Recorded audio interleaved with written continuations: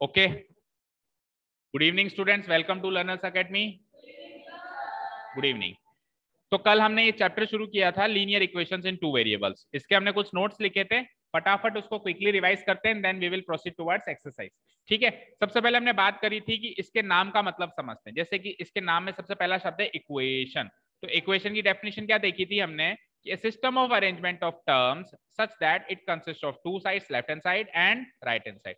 कुछ टर्म्स को हमने लेफ्ट हैंड साइड अरेंज कर दिया, कुछ टर्म्स को हमने राइट हैंड साइड अरेंज कर दिया और उनके बीच में हमने एक इक्वल टू का साइन लगा दिया। तो ये जो अरेंजमेंट बना, इस अरेंजमेंट को कहते हैं इक्वेशन। ये अरेंजमेंट बना यानी किसी चीज को किसी चीज से इक्वेट करना ही इक्वेशन है। और एलएचएस और आरएचएस में रखते क्या है वो भी सुन लो। आलू भिंडी थोड़ा रखने हैं, क्या रखने हैं? पॉलिनोमियल्स। क्या रखने हैं? Polynomial. That means we are required to equate polynomial with another polynomial. और ये जो सिस्टम ऑफ अरेंजमेंट आप देख रहे हो, this is what is called equation. Clear? ठीक है, आगे हमने चले तो इक्वेशन के आगे एक वर्ड लगा हुआ है लीनियर। तो हमने देखा यार इक्वेशन तो समझ गए सर, ये लीनियर इक्वेशन क्या बला है? तो लीनियर इक्वेशन बहुत ही छोटी सी बला है। इसमें क्या है, डिग्री 1 हो जाती है। कोई भी इक्वेशन जिसकी डिग्री क्या है? 1 है। और डिग्री का मतलब क्या होता है? हाईएस्ट पावर ऑफ वेरिएबल 1 हो तो उसको क्या कहते हैं? Linear equation. फॉर एग्जाम्पल अगर मैंने लिखा x square plus 3x equal to y minus 3, तो इस पूरी इक्वेशन में यहाँ पे एलएचएस में एक पॉलिनोमियल, आरएचएस में एक पॉलिनोमियल, लेकिन पूरी इक्वेशन में हाईएस्ट पावर तो 2 है, तो इसकी डिग्री भी क्या हो जाएगी? 2 हो जाएगी। तो इसकी डिग्री 2 हो जाएगी, तो ये लीनियर इक्वेशन नहीं कहलाएगी। लीनियर इक्वेशन वो होती है जिसकी डिग्री क्या होती है? 1। तो एक एग्जांपल दे लेते हैं, जैसे कि x प्लस 3 इक्वल टू 10। इसमें यहाँ पे भी ये पॉलिनोमियल याद रहे, 10 भी एक पॉलिनोमियल होगा, कांस्टेंट पॉलिनोमियल कहते हैं इसको। ऐसा नहीं है कि पॉलिनोमियल वही होगा जिसमें अल्फाबेटिक नंबर्स होंगे, अल्फाबेटिक लेटर्स होंगे। नंबर भी अपने आप में एक पॉलिनोमियल होता है, उसको कहते हैं कांस्टेंट पॉलिनोमियल। ठीक है, तो पॉलिनोमियल को पॉलिनोमियल से इक्वेट किया तो इक्वेशन तो बन गई। और इसमें हाईएस्ट पावर क्या है? 1, तो इसकी डिग्री क्या हो गई? 1। ठीक है, तो ये क्या बन गई? एक लीनियर इक्वेशन। यहां तक समझे? अब लीनियर इक्वेशन, हमारे चैप्टर का पूरा नाम है linear equation in two variables. तो अब linear equation in two variables का क्या मतलब है? Linear equation in two variables का मतलब एक ऐसी लीनियर इक्वेशन क्या है तो समझ गए ना। अब एक ऐसी लीनियर इक्वेशन जिसमें दो तरह के वेरिएबल्स हों, और वो जनरली कौन कौन से होते हैं? X and y. जैसे अभी मैंने इससे जस्ट पहले एग्जांपल दिया था एक्स प्लस 3 इक्वल टू 10, तो उसमें एक ही वेरिएबल था, राइट? तो ये लीनियर इक्वेशन तो थी, लेकिन ये 1 वेरिएबल में थी। किसमें थी? 1 वेरिएबल। हमारे कोर्स में क्या है? 2 वेरिएबल। तो दो तरह के वेरिएबल दिखाई देंगे, एक्स भी दिखाई देगा, वाई भी दिखाई देगा, उसको कहेंगे linear equation 2 variable. For example x plus y equal to 0 ये ले, या 10 कुछ भी ले ले, तो ये लीनियर इक्वेशन है, हाईएस्ट पावर 1 है। और इसमें कितने तरह के वेरिएबल दिखाई दे रहे हैं? 2 तरह के। तो ये परफेक्ट एग्जांपल हो गया जो हमारे चैप्टर का नाम है linear equation in two variable. That means पूरे चैप्टर में इस तरीके की इक्वेशन से हमारा पाला पड़ने वाला है। ठीक है, अब अगला टॉपिक आया था जो कि इस एक्सरसाइज में भी क्वेश्चन है हमारे लिए, standard form of linear equation in two variable. जो linear equation in two variable हम सीख रहे हैं उसकी स्टैंडर्ड फॉर्म क्या होती है? उसकी स्टैंडर्ड फॉर्म कुछ ये होती है जो आपको दिख रही है। क्या फॉर्म होती है? ax plus b y plus c equal to 0। जैसे कि अभी मैंने एक इक्वेशन लिखी थी x plus y equal to 10, तो आप कंपेयर करो, ये इक्वेशन भी इससे कंपेयर हो सकती है। देखो, एक x की टर्म है, यहाँ पे भी एक x की टर्म है, एक y की टर्म है, यहाँ पे भी एक y की टर्म है, और एक कांस्टेंट टर्म है, तो वहां पे भी वो कांस्टेंट टर्म है। हालांकि वो कांस्टेंट टर्म आरएचएस में है, तो आरएचएस से एलएचएस में भगाई जा सकती है। किसी भी टर्म्स को किधर से भी किधर आप मूव कर सकते हो, इसमें तो कोई प्रॉब्लम है नहीं। ठीक है, अब यहाँ पे इसकी स्टैंडर्ड फॉर्म में जो ये ए बी और सी होते हैं इनको बोलते हैं कोएफिशिएंट्स। क्या बोलते हैं? कोएफिशिएंट्स। क्या बोलते हैं? तो ए तो होता है एक्स का कोएफिशिएंट, बी होता है वाई का कोएफिशिएंट, और सी होता है कांस्टेंट टर्म या कांस्टेंट कोएफिशिएंट भी बोल सकते हो, कांस्टेंट कोएफिशिएंट या फिर कांस्टेंट टर्म। ठीक है, अब इनके ऊपर कुछ पाबंदियां है। देखो ए बी सी, ये जो तीनों मेरे कांस्टेंट्स हैं, कोएफिशिएंट्स हैं, ए बी सी, तीनों रियल नंबर्स होने चाहिए। तीनों क्या होने चाहिए? Real number. लेकिन ए और बी 0 नहीं होने चाहिए, ये सबसे इंपॉर्टेंट बात है। ए और बी 0 नहीं, यानी कि एक्स के साथ जो नंबर लगा हुआ है, इसका कोएफिशिएंट लगा हुआ है, वो 0 नहीं हो सकता, और वाई के साथ जो कोएफिशिएंट लगा हुआ है, जो नंबर लगा हुआ है, वो भी 0 नहीं हो सकता। सी चाहे तो 0 हो सकता है। ये दोनों क्यों नहीं हो सकते 0, वो भी हमने डिस्कस किया था। बताओ क्यों नहीं हो सकते? उसको इससे मल्टीप्लाई करेंगे। जैसे मैं लिखता हूँ 2x, तो 2x का मतलब क्या होता है 2 इंटू एक्स। तो कल को मैं 0x लिखूंगा तो क्या मतलब होगा 0 इंटू एक्स, और 0 इंटू एक्स तो 0 होता है, तो ये 0 बन जाएगा। दैट मीन्स ये टर्म ही एलिमिनेट हो जाएगी, ये टर्म ही एलिमिनेट हो जाएगी तो x ही गायब हो जाएगा, x ही गायब हो जाएगा तो फिर 2 वेरिएबल कहाँ बचा, फिर तो 1 वेरिएबल हो गया ना। तो इसीलिए आप कैसे भी करके a और b को 0 नहीं रखेंगे, बाकी कुछ भी कर लो सब सही है। ठीक है, क्लियर है, स्टैंडर्ड फॉर्म क्लियर हो गई। ठीक है, अब बात करते हैं कि एक इक्वेशन को जब हम सॉल्व करते हैं ना बेटा, एक इक्वेशन को हम सॉल्व करते हैं ना, इक्वेशन को सॉल्व करने का मतलब ये होता है कि उसके अंदर छुपे हुए वेरिएबल की वैल्यू निकालना, उसके अंदर छुपे हुए वेरिएबल जैसे एक्स वाई की वैल्यू निकालना ही इक्वेशन को सॉल्व करना है। तो इक्वेशन को सॉल्व जब हम करते हैं ना, तो कुछ टर्म्स को हमको एलएचएस से आरएचएस में एंड कुछ टर्म्स को आरएचएस से एलएचएस में घुमाना पड़ता है, तब जाके वो सॉल्व होती है। ठीक है, तो घुमाते टाइम हमको कुछ बातें याद रखनी होती हैं। तो अगला टॉपिक है change of operation while shifting terms between both sides. इस साइड से इस साइड और इस साइड से इस साइड जब अपन शिफ्ट करते हैं टर्म्स को, तो चेंज ऑफ ऑपरेशन क्या होता है वो सीखना है। तो देखो, जो प्लस में होता है वो क्या हो जाता है माइनस में, जो माइनस में होता है उल्टा हो जाता है, ऑपोजिट ऑपरेशन हो जाता है। जो मल्टीप्लाई है वो क्या हो जाता है डिवाइड, जो डिवाइड हो जाता है वो क्या हो जाता है मल्टीप्लाई हो जाता है। ठीक है ना, देखो हम एलएचएस से आरएचएस में जा रहे हैं और अब आरएचएस से एलएचएस में जा रहे हैं, तो उल्टा काम होगा नहीं होगा। लेटर से अभी आप स्कूल गए, आप स्कूल गए, तो स्कूल जाने के लेटर से आप इमानुअल स्कूल जा रहे हो, तो आप सीधा जाके राइट घूमोगे दीनदयाल कॉलोनी में, जब वापस आओगे तो सीधा जाके लेफ्ट घूमोगे ना भाई, वापस घर आओगे तो उसका उल्टा ऑपरेशन करना पड़ेगा नहीं पड़ेगा, बड़ी जाहिर सी बात है। तो सिमिलरली यहाँ पर भी एलएचएस से आरएचएस, आरएचएस से एलएचएस में टर्म्स जाएंगे तो ऑपरेशन उल्टे हो जाएंगे। मल्टीप्लाई क्या हो जाएगा डिवाइड, डिवाइड क्या हो जाएगा मल्टीप्लाई। अगर किसी का स्क्वायर लगा हुआ है तो वो हट के उधर क्या बन जाएगा स्क्वायर रूट, और अगर किसी का स्क्वायर रूट लगा हुआ है तो उधर बन के क्या बन जाएगा वो स्क्वायर बन जाएगा। ठीक है, तो ये 6 चेंज ऑफ ऑपरेशन याद होने चाहिए हमको, क्लियर है। ओके, इस मल्टीप्लाई और डिवाइड को आप ऐसे भी समझ सकते हो कि जो नंबर यहाँ लगा हुआ है उधर जाके उसका रेसिप्रोकल नंबर लग जाता है। कैसे, जैसे यहाँ पे लगा हुआ है 5x equal to 5x equal to y letter से, है ना, तो अब 5 को उधर भेजेंगे तो 5 उधर जाके डिवाइड हो जाएगा, तो x की वैल्यू y बाय 5 हो जाएगी। तो मैं ऐसे भी तो लिख सकता हूँ x की वैल्यू 1/5 इंटू वाई लिख सकता हूँ। तो आप चेक करो 5 इधर x के आगे 5 लगा हुआ था, तो y के आगे 5 का रेसिप्रोकल लगा हुआ है, लगा हुआ है। तो मल्टीप्लाई डिवाइड में क्या होता है, जो नंबर यहाँ लगा हुआ है आरएचएस में जाते ही उसी नंबर का रेसिप्रोकल वहां जाके लग जाता है। तो ऐसे भी याद रख सकते हो, मल्टीप्लाई डिवाइड में ये ऑपरेशन चलते हैं, और अगर इधर डिवाइड में लगा हुआ है तो उधर मल्टीप्लाई में लग जाएगा। ठीक है, क्लियर है, ठीक है ना, ओके। और एक लास्ट टॉपिक हमने सीखा एक्सरसाइज में चलने से पहले कि जब अपन स्टेटमेंट से लीनियर इक्वेशन बनाते हैं या कोई भी इक्वेशन बनाते हैं, केवल लीनियर इक्वेशन की बात नहीं है, बोलो विधि, एनी डाउट कृतिका। हाँ, जब हम लीनियर इक्वेशंस बनाते हैं, और लीनियर इक्वेशन की बात नहीं हो रही, कैसी भी इक्वेशन बनाते हैं, जैसे क्वाड्रेटिक सीखोगे अगले साल आप 10th में, हायर लेवल इक्वेशंस क्यूबिक भी सीखोगे, तो कोई सी भी इक्वेशन जब अपन स्टेटमेंट से बनाते हैं तो कुछ बातों का ध्यान रखना पड़ता है। अगर स्टेटमेंट के अंदर बी वर्ब आ रही है, is, am, are, was, were, be, been, being, तो इनकी जगह क्या लग जाता है इक्वल टू का साइन। अगर इक्वेशन में ट्वाइस लिखा हुआ है तो उसकी जगह क्या लग जाता है टू इंटू, ये 2x नहीं है, ये क्या है 2 इंटू। मैथ्स में हमेशा x ऐसे लिखा जाता है, याद रखना, ये मल्टीप्लाई का साइन है, राइट। ठीक है, थ्राइस अगर लिखा हुआ है तो 3 इंटू, टाइम्स लिखा हुआ है तो x, मैं देखो मैं खुद ही x बोल रहा हूँ, इंटू। लेटर से अगर मैंने लिख दिया 5 टाइम्स तो इसका मतलब है 5 से मल्टीप्लाई करना, राइट। ऑफ लग जाए तो उसका मतलब भी इंटू। ठीक है, और मोर देन और लेस देन लग जाए, और मोर देन और ग्रेटर देन लग जाए तो हम चीजों को ऐड कर देते हैं, प्लस कर देते हैं, और लेस देन लग जाए तो माइनस। और इन दोनों के लिए एक खास बात और बताई थी, याद है, क्या याद है बताओ। इनके अगल बगल के जो चीजें होती हैं, जो ऑब्जेक्ट्स होते हैं, वो अपनी पोजीशन एक्सचेंज कर लेते हैं। मतलब मोर देन के इस साइड जो चीज रखी हुई होगी और उस साइड जो चीज रखी हुई होगी, तो आपको प्लस तो लगाना है, इस चीज और इस चीज के बीच में प्लस तो लगाना है, लेकिन इसको इधर लिखना है और इसको इधर लिखना है। सिमिलरली लेस देन के केस में भी आपको यही करना है कि इसको इधर लिखना है और इसको इधर लिखना है। ठीक है, और तो और कोई भी ऐसी एक्सप्रेशन जिसके आगे THAN देन लगा हुआ हो, उस पे आपको ये काम करना है। केवल greater than, more than, less than की बात नहीं है, कोई भी ऐसा एक्सप्रेशन जहाँ पे THAN देन लगा हुआ है, उसमें आपको ये काम करना है कि इसको इधर और इसको इधर करना है। दैट इज इट, यहाँ तक रिविजन हो गया हमारा सबका। चलिए चलते हैं एक्सरसाइज, इतना काफी है एक्सरसाइज 1 सॉल्व करने के लिए। रेडी, हेडिंग मार्क करो एक्सरसाइज 4.1 सब लोग, एक्सरसाइज 4.1।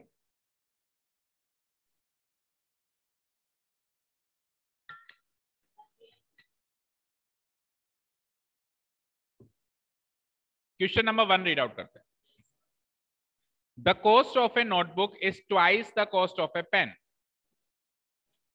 एक नोटबुक की कीमत एक पेन की कीमत से 2 गुनी है। ट्वाइस मतलब दुगनी है या 2 गुनी है। Write a linear equation in 2 variables to represent this situation. तो ये जो सिचुएशन है ना हमारे पास, ये जो सिचुएशन है ना, इसको स्टेटमेंट कह सकता हूं मैं या वर्ड प्रॉब्लम। इसको क्या कहते हैं? या तो स्टेटमेंट या फिर इसको क्या कहते हैं? Word problem. वर्ड प्रॉब्लम मतलब शब्दों का मायाजाल। वर्ड्स मतलब शब्द होते हैं, प्रॉब्लम मतलब समस्या।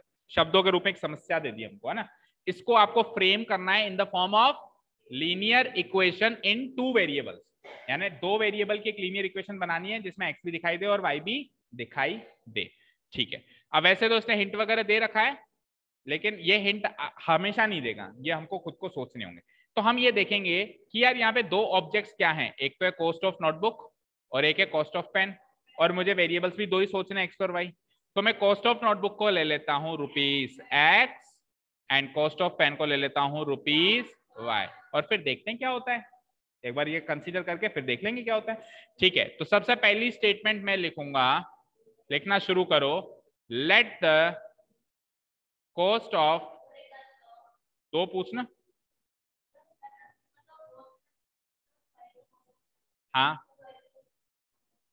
आप हमेशा जब भी कीमत मानते हैं या सोचते हैं या बताते हैं तो एक यूनिट की बताते हैं। जैसे सपोज करो आपने प्याज लेने गए या कोई पेन लेने गए, तो आप पूछोगे पेन कितने का है, तो एक की कीमत बताएगा कि 2 की बताएगा?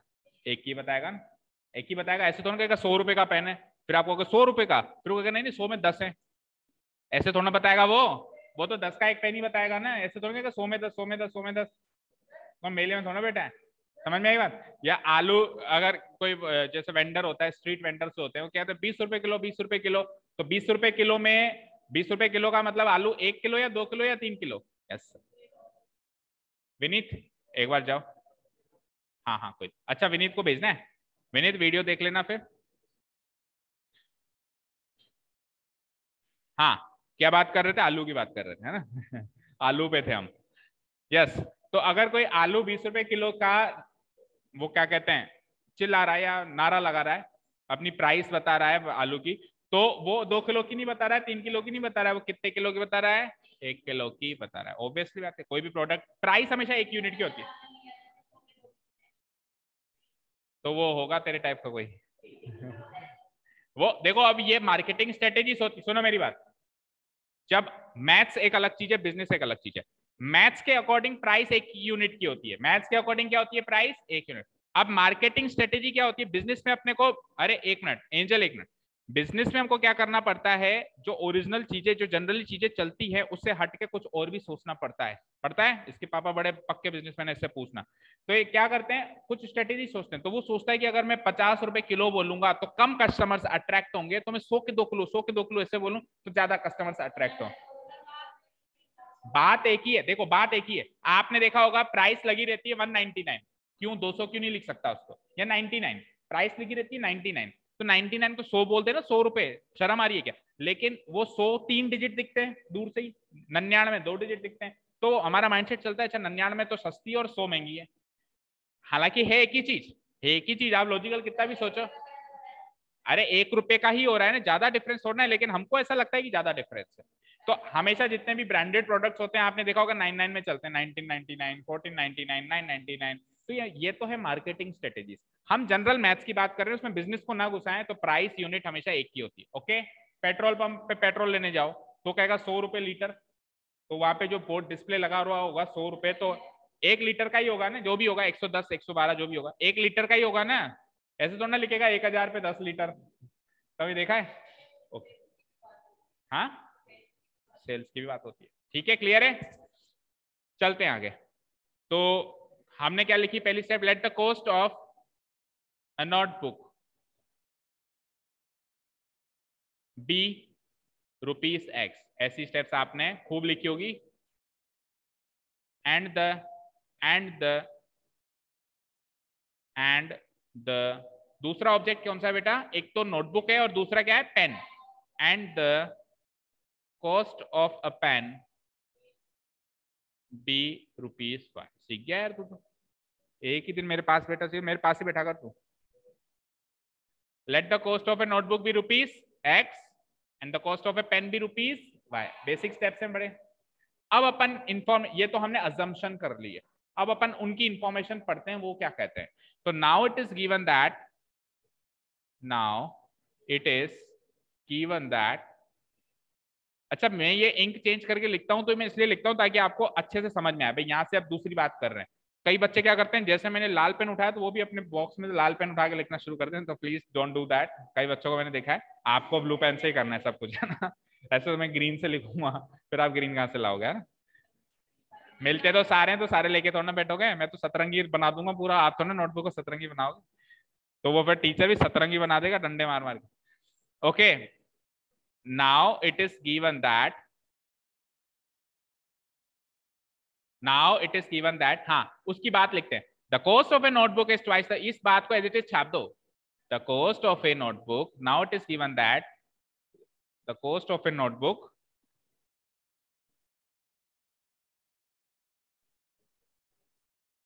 is twice the cost of a pen। भाई हमने उसने जो बात कही वो छाप दी। भाई ये बात वो कह रहा है, हम नहीं कह रहे, ये बात कह रहा है क्वेश्चनर, क्वेश्चन कर रहा है। तो इस स्टेटमेंट, ये जो स्टेटमेंट है मैं अंडरलाइन कर देता हूं एक बार, इस स्टेटमेंट के हिसाब से अपने को इक्वेशन बनानी है। आपको वो बातें याद रखनी है जो थिंग्स टू बी रिमेंबर्ड बताई थी लास्ट में जाते जाते, वो बातें याद रखनी है। देखो मैं कैसे बना रहा हूं, ध्यान से देखना। इक्वेशन बनाई जा रही है, दैट इज आई ई का मतलब होता है दैट इज, है ना। पहला वर्ड क्या पढ़ा मैंने, मतलब पहली चीज क्या पढ़ी इस स्टेटमेंट के अंदर, कॉस्ट ऑफ ए नोटबुक। क्या पढ़ा मैंने भाई, आप लोगों ने कॉस्ट ऑफ ए नोटबुक क्या मानी है, तो इस कॉस्ट ऑफ ए नोटबुक की जगह मैं एक्स लिख दूं, कोई दिक्कत है क्या, नो। आगे क्या पढ़ा आपने, और कल बताया था is am are was were been being be, इसकी जगह क्या लग जाता है, इक्वल टू का साइन। इज एम आर कोई भी बी वर्ब का हो तो उसकी जगह क्या लग जाता है, इक्वल टू का साइन। फिर क्या मिला आपको, और ट्वाइस की जगह क्या बताया था मैंने, 2 × और आगे क्या लिखा हुआ है, और कॉस्ट ऑफ ए पेन क्या मानी बच्चे, हो गया काम। जरा सी भी दिक्कत आई क्या, बोलो। पढ़ते जाओ, याद करते जाओ, लिखते जाओ, पढ़ते जाओ, एक एक वर्ड पढ़ो, तोड़ तोड़ के पढ़ो, कुछ कुछ वर्ड्स पे तोड़ के पढ़ो। अभी तो ये छोटी सी इक्वेशन है, मतलब स्टेटमेंट है, आगे चल के बड़े स्टेटमेंट भी मिलेंगे, और 10th में तो एक एक आधे आधे पेज के स्टेटमेंट भी मिलेंगे, तो उनको आप एक बार में रीड करोगे तो समझ नहीं आएगा। तोड़ तोड़ के थोड़े थोड़े शब्दों में तोड़ो और फिर उसको डिकोड करते, जैसे कोडिंग डिकोडिंग होती है, ये कोडिंग डिकोडिंग ही तो चल रही है, ठीक है। ओके, ये गोले गोले मत कर देना। हाँ जी, क्या हुआ, एक्स एन वाई, अच्छा उधर ये ले। ओके, तो x इक्वल टू 2 × y, इसको फर्दर सॉल्व करते हैं। देखो ये साइन है इंप्लाइज का, इसको क्या कहते हैं, इंप्लाइज। जब एक इक्वेशन की एक फॉर्म लिख ली हमने, उस इक्वेशन की उस फॉर्म से दूसरी फॉर्म पे आ रहे हैं तो बराबर का चिन्ह नहीं लगाते, क्योंकि बराबर का चिन्ह तो LHS RHS के बीच में लगा हुआ है, तो इधर कैसा साइन लगता है, इंप्लाइज। इंप्लाइज का मतलब होता है रिजल्ट देना। भाई ऊपर वाली इक्वेशन इस फॉर्म की रिजल्ट दे रही है, इससे ये रिजल्ट आ रहा है, इससे ये रिजल्ट आ रहा है, इस तरीके से हम इंप्लाइज इंप्लाइज इंप्लाइज का साइन लगाते जाते हैं। Implies x equal to 2 × y क्या होता है, 2y। 2 × y क्या होता है, बोलो 2y। थोड़ा ट्रांसपेरेंट कर देते हैं इसको। अब 2y को इधर ले जाओ, तो इधर +2y है, तो इधर आगे क्या बनेगा, -2y। तो x -2y, और जब 2y इधर आ गया तो कुछ भी नहीं बचा, तो क्या बचा, 0। जब कुछ भी नहीं है, जहां कुछ नहीं है वहां 0 है। दैट मीन्स ये this is our final equation, ये बन गए 2x equal to y, 2y equal to x आ रहा होगा, 2y इक्वल, तो आप इस फॉर्म में भी लिख सकते हो। देखो ऊपर वाली फॉर्म में आ रहा है ना, ऊपर पीछे आंसर इस फॉर्म में आ रहा है, देखो x इक्वल टू 2y की फॉर्म में आ रहा है, राइट। हम इस फॉर्म में इसलिए लिख रहे हैं क्योंकि हम स्टैंडर्ड फॉर्म में लिख रहे हैं। x equal to 2y standard form नहीं है, स्टैंडर्ड फॉर्म कौन सी है, ax + by + c equal to 0, जिसमें RHS में 0 होता है, वो स्टैंडर्ड फॉर्म है। तो हम स्टैंडर्ड फॉर्म में लिख रहे हैं, आप चाहो तो इस फॉर्म में भी लिख सकते हो, अरे आप चाहो तो इस फॉर्म में भी छोड़ सकते हो, ये भी इक्वेशन ही है, लेकिन कोशिश करेंगे जितने, हाँ सही है बिल्कुल। हमको क्या करना है, हमको क्या कर, हाँ लास्ट वाली दे रखी है, आप तो कह रहे हो ये वाली दे रखी है।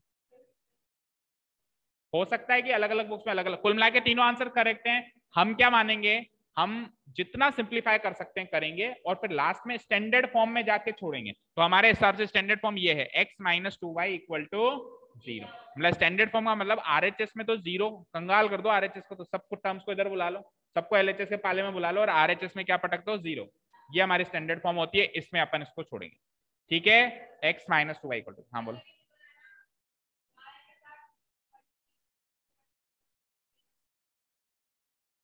मेरी बात सुन, ध्यान से बताना, जो मैं पूछूं उसको बताना। y के साथ 2 मल्टीप्लाई हो रहा है, तो बेटा मैं 2 को लेके जाता तो 2 डिवाइड होता ना। मैं तो पूरे 2y को ही उठा लाया, मैं तो पूरे खानदान को उठा लाया ना। अरे केवल 2 को लाता तो x से 2 डिवाइड हो जाता और y उधर रह जाता। मैं 2 को लाया हूं कि 2y को लाया हूं? मैं 2 को लाया हूं कि 2y को लाया हूं? अब 2y तो किसी से मल्टीप्लाई नहीं हो रहा, 2 मल्टीप्लाई हो रहा था, इसलिए 2 डिवाइड होता। 2y किसी से मल्टीप्लाई हो रहा है क्या? नहीं, 2y तो बस वहां पे प्लस में रखा हुआ है, तो इधर आके माइनस में रखे। आंसर ये सही था, लेकिन स्टैंडर्ड फॉर्म में नहीं था। अगेन वही, स्टैंडर्ड फॉर्म बनानी है तो इस तरीके से बनाएंगे, ये भी सही है होने में तो। ठीक है ना, इसको उठा के इधर रख दो, इसको उठा के इधर रख दो, इसको उठा के, सारी सही होने में तो। लेकिन स्टैंडर्ड फॉर्म क्या है? ax plus b by plus c equal to 0। ठीक है क्या? क्लियर है क्या? ठीक है, चलिए तो इतना नोट डाउन हो गया सबका? जिसका नहीं हुआ वो करो फटाफट, इतना नोट डाउन करिए फटाफट। इसको लास्ट में ऐसे ब्रैकेट में पैक कर देना और इसके नीचे, इसके आगे लिख देना, यहाँ पे थोड़ा स्पेस नहीं है, मैं ऊपर लिख रहा हूँ ना, यहाँ पे स्पेस नहीं है इसलिए मैं यहाँ पे लिख रहा हूँ, आप इसके सामने लिख देना ना। Is the required, is the required linear equation in 2 variables, is the required linear equation in 2 variables. ये बात इसके आगे लिखते हैं, is the required linear equation in 2 variables.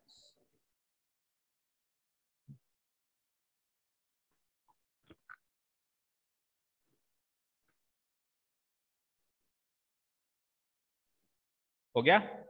समझ में आया अच्छे से?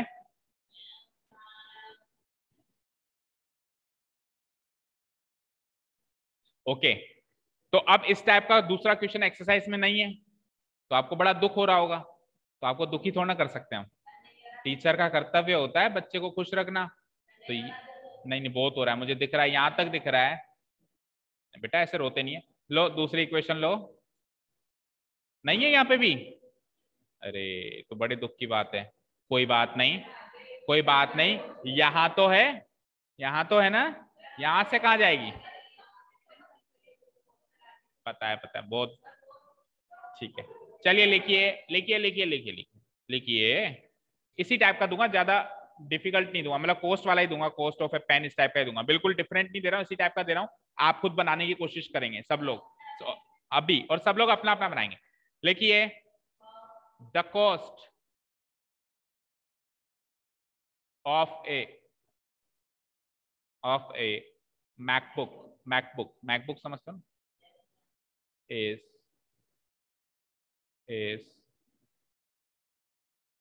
5 times less than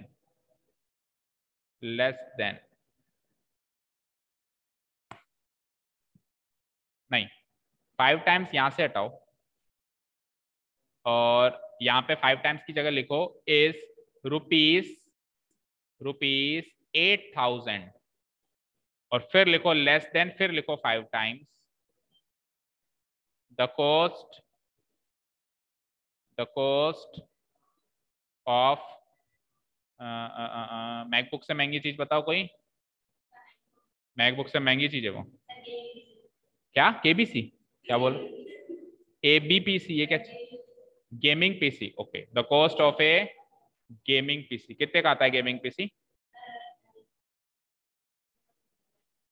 सबसे महंगा? 21 लाख। ओके, चलो ये सिचुएशन है आपके सामने। आपके पास 2 प्रोडक्ट्स हैं, एक तो कॉस्ट ऑफ ए मैकबुक और दूसरा क्या है? Cost of A gaming PC.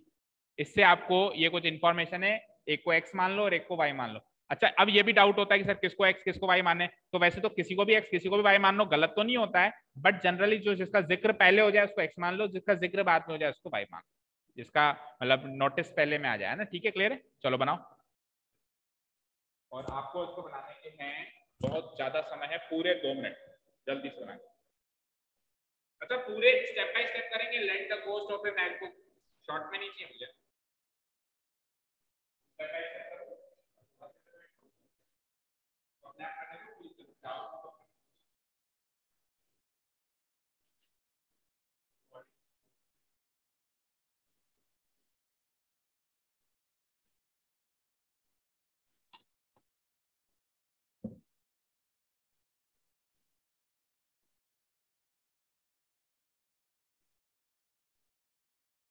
देखो बच्चों, तो पहला काम आपने किया होगा कि कॉस्ट ऑफ ए मैकबुक को let the cost of a MacBook be rupees x, ये काम कर दिया सबने।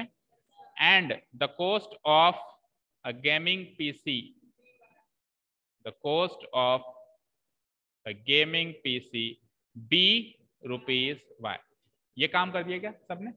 ओके नाउ अब इंफॉर्मेशन लिख दी हमने। चलो अब इक्वेशन बना रहा हूं, ध्यान से देखना बड़े ही। दैट इज, सबसे पहली चीज किससे मिले आप? सपोज करो आपने यहां से चलना शुरू किया, सबसे पहले किससे मिले आप? The cost of a MacBook से मिले। कॉस्ट ऑफ ए मैकबुक क्या है? एक्स, दैट मीन्स आप एक्स से मिले। उसके बाद आपकी मुलाकात किससे हुई? इसका मतलब इक्वल टू, बताया इज एम आर वाज बार। उसके बाद आप किससे मिले? 8,000 रुपए से मिले, तो 8,000 को तो 8,000 ही लिखेंगे, क्यों? अभी बात करते हैं वो, उसकी भी बात करते हैं। अभी मैंने थोड़ा कहा ये पूरा फाइनल, फुल एंड फाइनल है, ठीक है। 8,000 से मिले। उसके बाद आप किससे मिले? लेस देन, और लेस देन की जगह गुरुजी ने बताया था माइनस लगा दियो, बताया था कि नहीं बताया था? बताया था। फिर किससे मिले? तो 5 टाइम्स का मतलब 5 गुना, 5 इंटू। और फिर लास्ट में किससे मिले? The cost of A gaming PC, वो क्या है? वाई। अब यहाँ पे बाकी सब कुछ ठीक है, बस एक कमी रह गई। लेस देन के लेफ्ट और राइट वाले जो लोग हैं वो एक्सचेंज कर देते हैं जगह। तो लेस देन के लेफ्ट और राइट वाले लोग ये दोनों हैं। याद रहे पूरा 5 इंटू वाई आएगा, ना कि केवल 5 आएगा। क्यों? क्योंकि कोई भी टर्म होती है ना, वो प्लस और माइनस साइन से अलग होती है। जैसे एक्स एक टर्म है, 8,000 दूसरी टर्म है। ऐसे मत सोचना कि 5 और वाई अलग अलग टर्म है। 5 और वाई के बीच में मल्टीप्लाई का साइन है, दैट मीन्स 5y पूरी एक टर्म है, तो पूरी की पूरी टर्म आएगी और पूरी की पूरी टर्म जाएगी, राइट? तो बस इसमें हम ये एक्सचेंज कर देते हैं, x equal to 5 into y, 5y इधर लिख दो और माइनस अपनी जगह और 8,000 उधर लिख दो। ये आपकी इक्वेशन बन चुकी है। स्टैंडर्ड फॉर्म में लेके जाओ तो x तो इधर रहेगा ही रहेगा, 5y प्लस में तो इधर आके माइनस 5y, और माइनस 8,000 माइनस में तो इधर आके plus 8,000 equal to what? 0। This is the required equation. अब एंजल बोलो आपने क्या बनाई थी, बोलो एक बार। माइनस एक्स, आगे माइनस माइनस 5y माइनस 8,000। इस इक्वेशन और इस इक्वेशन में जो डिफरेंस है वो केवल और केवल माइनस 5y के साइन का है। अगर माइनस 5y को की जगह आपका प्लस 5y आता तो ये इक्वेशन और ये इक्वेशन बिल्कुल सेम है। क्यों? देखो इस इक्वेशन के सारे साइन चेंज कर दें, तो x की जगह क्या आएगा? Minus x. माइनस 5y की जगह क्या आएगा? और प्लस 8,000 की जगह क्या आएगा? और 0 का तो कोई साइन होता ही नहीं, ठीक है ना? तो देखा जाए तो ये इक्वेशन एग्जैक्टली सेम है, बट लेकिन आपके इधर जो माइनस आ रहा है वो प्लस आना चाहिए एंजल, फिर तो आपकी सही है इक्वेशन, फिर तो आपकी सही। बाद में प्लस था, हाँ, तो अगर प्लस आ रहा है तो आपकी गलत नहीं है। अगर प्लस आ रहा है तो ये इक्वेशन भी करेक्ट है, और ये इक्वेशन इसी का ही फॉर्म है, इसी का ही दूसरा फॉर्म है। क्योंकि एक इक्वेशन में आप सारे टर्म्स के साइन अपोजिट कर सकते हो, सारे के सारे जो टर्म्स हैं, लेकिन सबके करने पड़ेंगे, ऐसा नहीं एक आध के करके छोड़ दी। तो अगर मैं इस इक्वेशन में सारी टर्म्स के साइन चेंज करूं तो एक्स का साइन चेंज होकर क्या हो जाएगा? Minus x minus 5। ऐसा क्यों? अच्छा क्यों कर सकता हूं मैं ऐसा? क्योंकि ध्यान से सुनो, एक इक्वेशन में दो साइड्स होती हैं, एलएचएस आरएचएस। तो जो काम मैं एलएचएस के साथ करता हूं वो का वही काम मैं आरएचएस के साथ करूं तो अलाउड है। यानी दोनों साइड्स के साथ आप सेम काम कर सकते हो। दोनों साइड में आप 10-10 जोड़ दो, कोई मना नहीं करेगा। दोनों साइड से आप 10-10 माइनस कर दो, कोई मना नहीं करेगा। दोनों साइड को आप मल्टीप्लाइड बाय 3 कर दो, कोई मना नहीं करेगा। दोनों साइड को आप डिवाइडेड बाय 5 कर दो, कोई मना नहीं करेगा। दोनों साइड का होल स्क्वायर कर दो, मना नहीं करेगा। दोनों साइड का स्क्वायर रूट कर दो, लेकिन होना दोनों के साइड चाहिए। तो सपोज करो मैं इन दोनों साइड्स को x माइनस 5y प्लस 8,000 एक साइड LHS और 0 RHS, दोनों को मैं -1 से मल्टीप्लाई कर सकता हूँ। मैंने क्या कहा, दोनों को कुछ भी कर सकते हो। तो -1 into x minus x, -1 into -5y plus 5y, -1 into 8000 -8000, and -1 into 0, 0 से तो जो भी टकराएगा 0 ही बनेगा ना, बनेगा कि नहीं बनेगा। तो ये इक्वेशन से ये इक्वेशन बन सकती है ना, तो वो भी करेक्ट है, बट फिर साइन बिल्कुल करेक्ट होने चाहिए। और वैसे अगर पूरी स्टैंडर्ड फॉर्म ढंग से देखें तो ये आंसर है। बताओ समझ में आया, समझ में आया, बोलो। चर्चित तेरी क्या बनी थी? हाँ, x प्लस 5y क्यों बना, -5y बना, इधर आते टाइम प्लस नहीं किया, बाकी सब सही था भाई। इधर तो -5y था ना, इधर आते टाइम वो +5y होना, नहीं सॉरी, इधर +5y था, ये तो गलत है ना, ये इक्वेशन तो गलत है ना, ये सही है। इधर +5y था तो इधर आते टाइम उसको -5y नहीं किया, बाकी सब ठीक है। बोलो समझ आया, ठीक है, क्लियर है। और रिक्वायरमेंट है, नहीं है, आ गया सब समझ में? ओके, तो फिर मैं जाते जाते एक होमवर्क दूंगा, पहले एक बार सेकंड क्वेश्चन देख लो सब लोग। Second question is very easy, second question is just like बच्चों वाला क्वेश्चन। अरे इतना भी नहीं है कि कॉपी बंद कर दें, खोलो। देख लेने से नहीं होता, करने से होता है। Maths is doing not taking. चलो देखो, express the following linear equations in the form ax plus by plus c equal to 0 and indicate the values of a, b and c in each case। सुनो question क्या है, हर एक question में एक linear equation in 2 variable है कि नहीं है। पहला काम आपको हर एक को इस फॉर्म में डालना है, इस फॉर्म में रिप्रेजेंट करना है। किस फॉर्म में? स्टैंडर्ड फॉर्म में। फॉर्म क्या है standard? ax plus by plus c equal to 0। और एक बार स्टैंडर्ड फॉर्म में रिप्रेजेंट कर देना तो उसके बाद आपको a की, b की और c की वैल्यूज भी बतानी है। ये आपका क्वेश्चन है, समझ आया? चलो, ये पहला वाला थोड़ा आपको अटपटा सा लगेगा, सर ये बाहर आ गया, तो स्टार्टिंग अपन इससे करते हैं, स्टार्टिंग थर्ड से करते हैं। चलो ठीक है, क्लियर है? या फिर 7 से करें सीधे ही? नहीं, चलो थर्ड से स्टार्टिंग, या सेकंड से कर लो, सेकंड से कर लो, सेकंड से कर लो, फिर सीक्वेंस में चलेंगे। तो सेकंड इक्वेशन, आप क्वेश्चन नंबर 2 का सेकंड पार्ट नोट डाउन करो सब लोग। x minus y by 5 -10 equal to 0, ये वाला question number 2 second part is x minus y by 5 -10 equal to 0। हो गया नोट डाउन? ठीक है, तो हम क्या करेंगे, इस इक्वेशन को कंपेयर करेंगे स्टैंडर्ड फॉर्म से। किससे कंपेयर करेंगे? स्टैंडर्ड फॉर्म से। ठीक है, अब देखो पहले तो मुझे ये बताओ, ये इक्वेशन अभी स्टैंडर्ड फॉर्म से की फॉर्म में है या नहीं है? बिल्कुल है, ये तो ऑलरेडी स्टैंडर्ड फॉर्म में है। तो एक क्वेश्चन तो खुद ने उसने करके दे दिया हमको। देखो स्टैंडर्ड फॉर्म क्या होती है, जिसमें आरएचएस में 0, सिंपल सी बात है, और सब लोग कहाँ हो? एलएचएस में। तो इसमें आरएचएस में 0 है, इसमें भी आरएचएस में 0 है, सब लोग एलएचएस में। ज्यादा से ज्यादा आप इसको ऐसे और क्लैरिफाई करना चाहो तो ऐसे लिख सकते हो, ये इक्वेशन आ गई, इंप्लाइज एक्स को तो एक्स रहने दो, -y/5 को मैं -1/5 इंटू वाई लिख सकता हूं, यस और नो? भाई आपकी स्टैंडर्ड फॉर्म क्या होती है? ए एक्स बी वाई, वाई अलग बी अलग ए अलग एक्स अलग, ऐसे अलग अलग अलग अलग के हिसाब से होती है। तो मैं -y/5 को तोड़ के क्या लिख सकता हूँ? -1/5 इंटू वाई। इसको अगर मैं वापस मल्टीप्लाई कर दूं तो वही चीज बनेगी, नहीं बनेगी? बन सकती है ना। और कांस्टेंट टर्म तो एज इट इज लिख दो, -10 इक्वल टू 0। अब ये स्टैंडर्ड फॉर्म जैसी बिल्कुल, वैसे तो वो भी थी लेकिन ये अब ज्यादा स्टैंडर्ड फॉर्म जैसी दिखाई दे रही है, दे रही है। लिखो, यहां तक लिखो। और अब यहां से ए बी और सी की वैल्यू भी निकालनी है। तो ए बी और सी की वैल्यू कैसे निकालूंगा? कंपेयर करके, comparing comparing the equation, comparing the equation with the standard form, comparing the equation with the standard form, that is standard form लिखो, क्या है standard form? ax plus by plus c equal to 0। ये तो है मेरी standard form, और वो है मेरी गिवन इक्वेशन। ये तो है मेरी स्टैंडर्ड फॉर्म और वो है मेरी गिवन इक्वेशन। इसको इससे कंपेयर करके ए बी और सी की वैल्यूज हमको निकालनी है, comma we will get some value of a, we will get some value of b and we will get some value of c।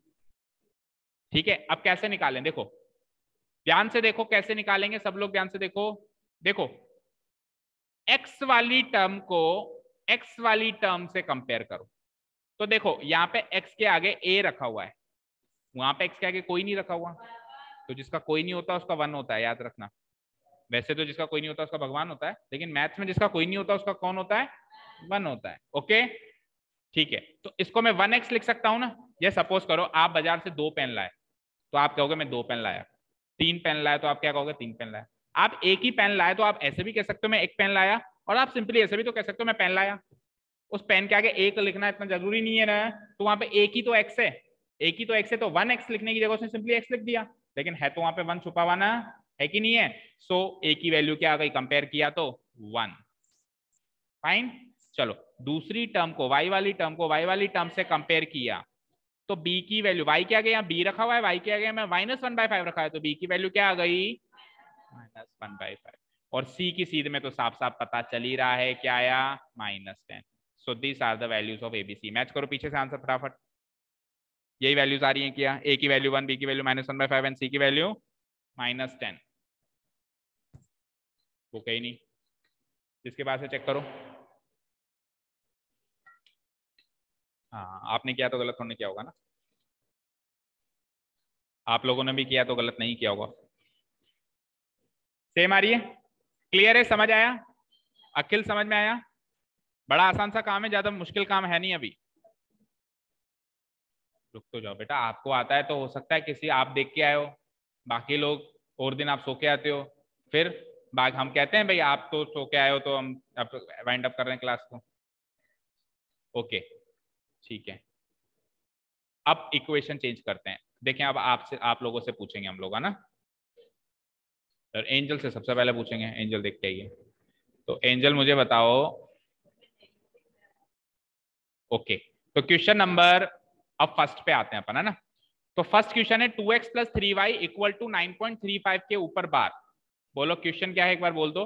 2x + 3y = 9.35 के ऊपर बार लगा हुआ है, बार को बार रहने दो। ओके हम क्या करेंगे? स्टैंडर्ड फॉर्म में चेंज करेंगे। First of all standard form क्या होती है Charu?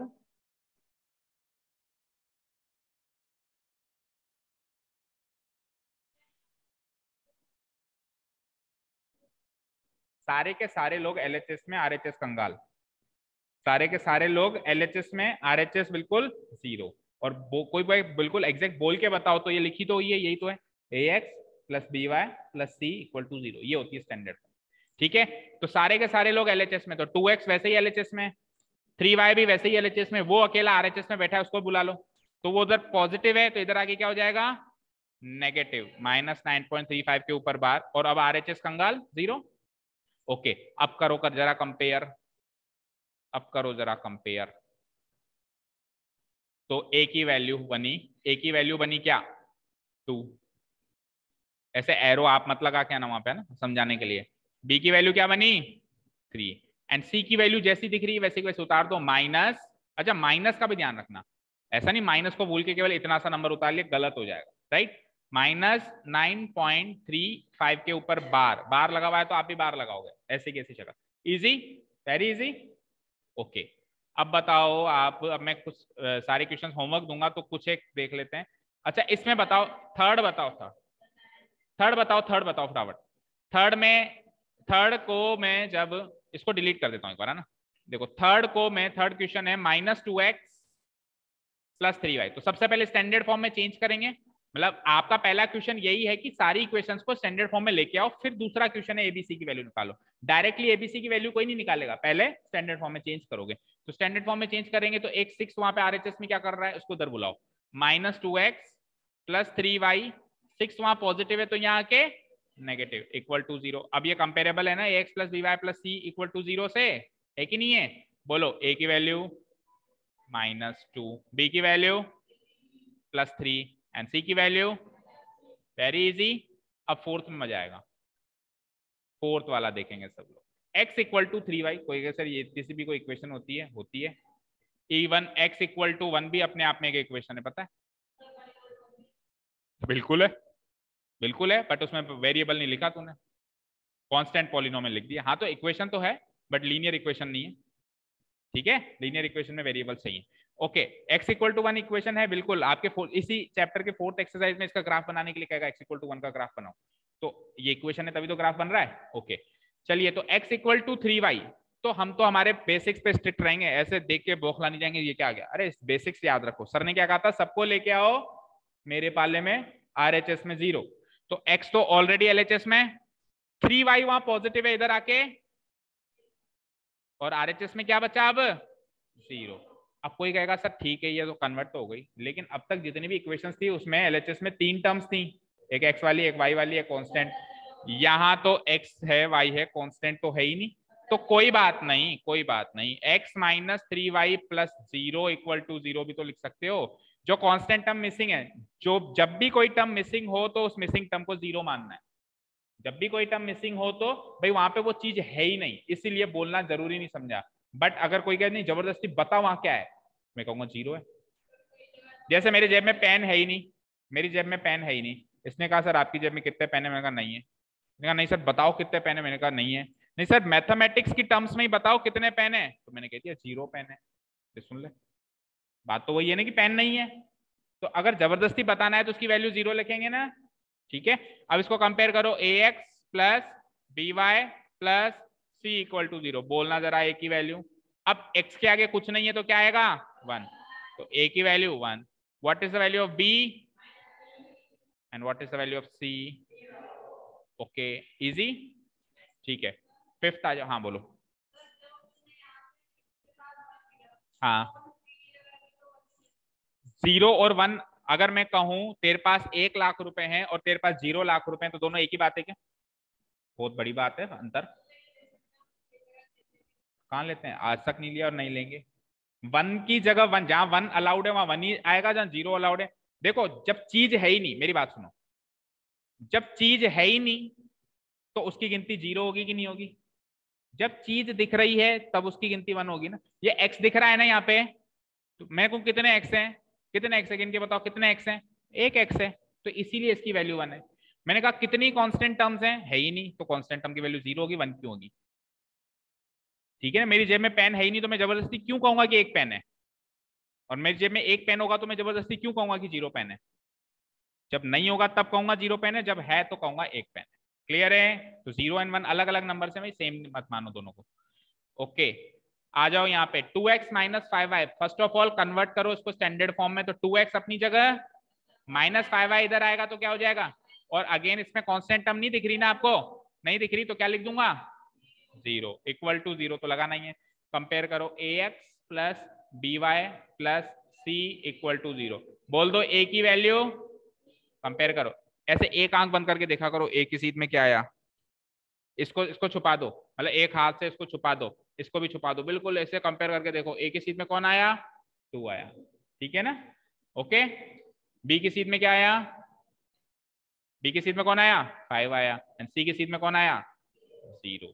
Okay sixth one, 3x plus 2 तो है ही सही, लेकिन अभी ये स्टैंडर्ड फॉर्म में तो है, लेकिन 3 टर्म्स में लिखना है ना आपको, तो देखो सबसे पहले x वाली टर्म लिखते हैं, सबसे पहले x वाली टर्म लिखते हैं, तो x वाली टर्म क्या है 3x प्लस, फिर कौन सी टर्म लिखते हैं y वाली, है क्या वहां पे y वाली टर्म? नहीं है, तो मैंने आपसे, मैंने चारू से पूछा, चारू वहां पे कितने y हैं, बता कितने y हैं, है ही नहीं, तो क्या कहोगे 0 y है, क्या कहोगे, तो 0 y लिखूंगा कि नहीं लिखूंगा, 2 उसके बाद लिखूंगा ना तीसरी टर्म इक्वल टू 0, भाई पहले x की टर्म फिर y की टर्म फिर कांस्टेंट टर्म ना।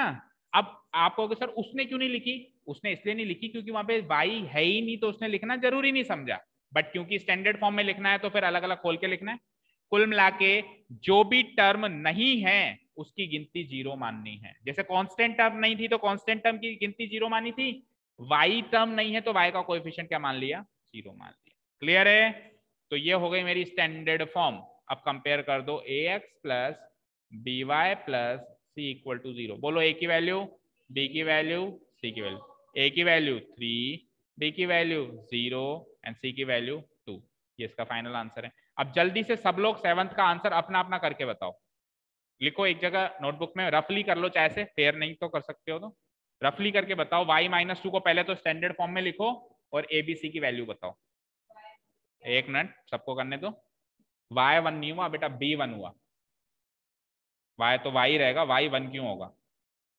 ठीक है ना, y का कोएफिशिएंट है b, वो 1 हुआ। अच्छा, y की गिनती 1 हो गई, ऐसे बोलो।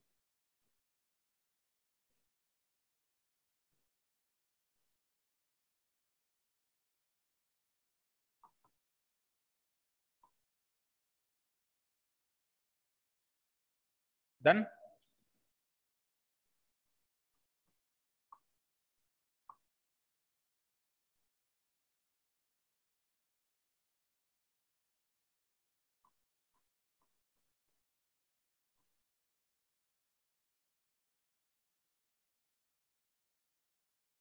हो गया सबका? चर्चित हो गया? चर्चित सोच रहा होमवर्क यहीं कर लूं सारा। हाँ, y-2 में अब देखो, सबसे पहली टर्म कौन सी लिखते हैं अपन? x वाली टर्म दिखी क्या वहां पे? तो मैंने पूछा विधि कितने x, क्या कहोगे? 0x। यस, है ही नहीं तो 0x। कितने y? 1y। तो 1y को आप सिंपली या तो y लिख दो या 1y भी लिख सकते हो, दोनों सही है, या तो 1y या सिंपली y, एक ही बात है ना। डॉट लगा दिया करो बीच में, 1 into y है ना। और फिर लास्ट में -2 इक्वल टू व्हाट? 0। कंपेयर करते हैं, ax plus dy plus c equal to 0। So a की वैल्यू एंड b की वैल्यू 1 एंड c की वैल्यू -2। करेक्ट? ठीक है। 8th वाला क्वेश्चन रुद्र करके बताएगा, और रुद्र ने सही कर दिया तो सबकी छुट्टी है, नहीं तो बैठे रहना पड़ेगा।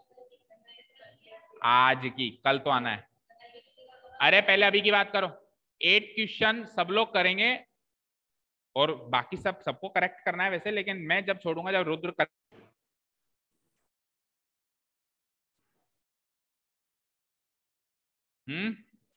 हो गया क्या?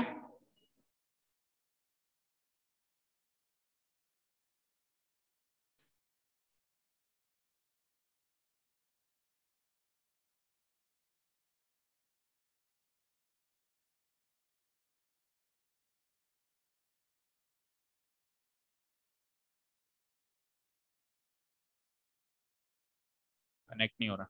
ओके, जाने दो, ऐसे भी हो ही गया है हमारा काम। ओके। हाँ तो रुद्र, सबकी निगाहें तेरे ऊपर टिकी हुई हैं। ड्राइवर साहब गलती मत करना, सारी यात्रियों की जान आपके हाथ में है। हाँ बोलो, तो हो गया क्या? चलो, सबसे पहले तो रुद्र बताने वाला है, भाई ध्यान से सुनना। सबसे पहले रुद्र बताने वाला है standard form. Come on Rudra, you can do it, बोलो। -2x, yes. प्लस 0y, yes. +5, yes. Oh my God, equal to 0। Correct है क्या? वेल डन रुद्र, आपने लाज रख ली फाइनली, है ना, नहीं तो मेरे को लग रहा था आज तो पिटा बहुत बुरा। चलो पहले एक बार इसको डिस्कस करते हैं। देखो, सबसे पहले हम क्या करते हैं, देखो 5 इक्वल टू 2x था, राइट? 5 इक्वल टू 2x था, तो सबको एलएचएस में लाने की प्रथा है हमारी, सबको एलएचएस में लाने की प्रथा है। तो 5 तो ऑलरेडी था, -2x प्लस 2x इधर आएगा तो क्या बनेगा? -2x। तो उधर इक्वल टू 0। अब इसको थोड़ा अरेंज करना पड़ेगा, अरेंज करेंगे तो पहले x वाली टर्म क्या है? -2 है, और y वाली टर्म तो है ही नहीं, है ही नहीं, तो फिर 0y, और कांस्टेंट टर्म जो है +5 इक्वल टू 0। यही रुद्र ने बनाया, तो सबसे बेसिक तरीका तो यही होगा जो रुद्र ने बनाया, और उस हिसाब से a की वैल्यू -2, b की वैल्यू 0 एंड c की वैल्यू 5। ये करेक्ट है, नो डाउट। लेकिन अब दूसरी बात सुनो, अब कोई ऐसे भी कर सकता है कि 5 इक्वल टू 2x है, सर हम 2x को इधर ना ले जाके 5 को इधर ले जाएं, तो इधर फिर 0 बचेगा, और फिर 2x, 5 इधर जाके क्या बनेगा? -5। अब सुनना ध्यान से, एक चीज बहुत इंपॉर्टेंट सुनना। अगर मैं लिख सकता हूं x इक्वल टू 2, तो इसी इक्वेशन को दूसरे तरीके से मैं 2 इक्वल टू x भी तो लिख सकता हूं। भाई दोनों को फ्लिप कर दिया आपने। देखो मेरी बात सुनो, जब एलएचएस से कोई चीज आरएचएस में जाती है तो साइन बदलता है, जब आरएचएस से कोई चीज एलएचएस में जाती है तो भी साइन बदलता है, लेकिन दोनों की चीजें दोनों जगह एक्सचेंज हो जाए तो फिर साइन बदलने की क्या जरूरत है? भाई दोनों चेंज हो रही है ना, एलएचएस आरएचएस की जगह, मतलब आपने तो क्या करा, इक्वेशन को ऐसे करके फ्लिप ही तो किया है, तो उसमें साइन बदलने की जरूरत नहीं होती है। तो आप 2x - 5 को इधर लिख के और 0 को इधर लिख लो, 2x - 5 इधर आया, 0 इधर आया, अब y की टर्म भी इसमें घुसा दो बीच में, 2x + 0y - 5 equal to 0।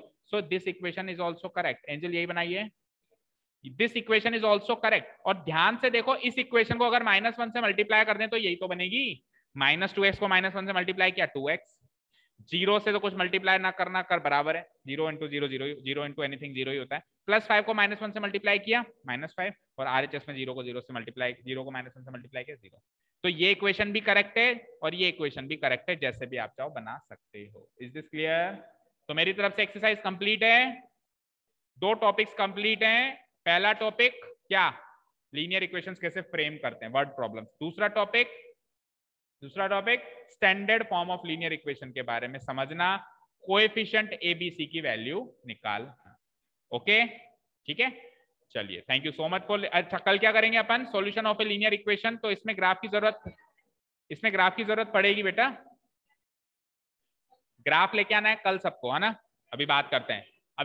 Thank you so much for listening to us, have a nice day, keep learning and bye.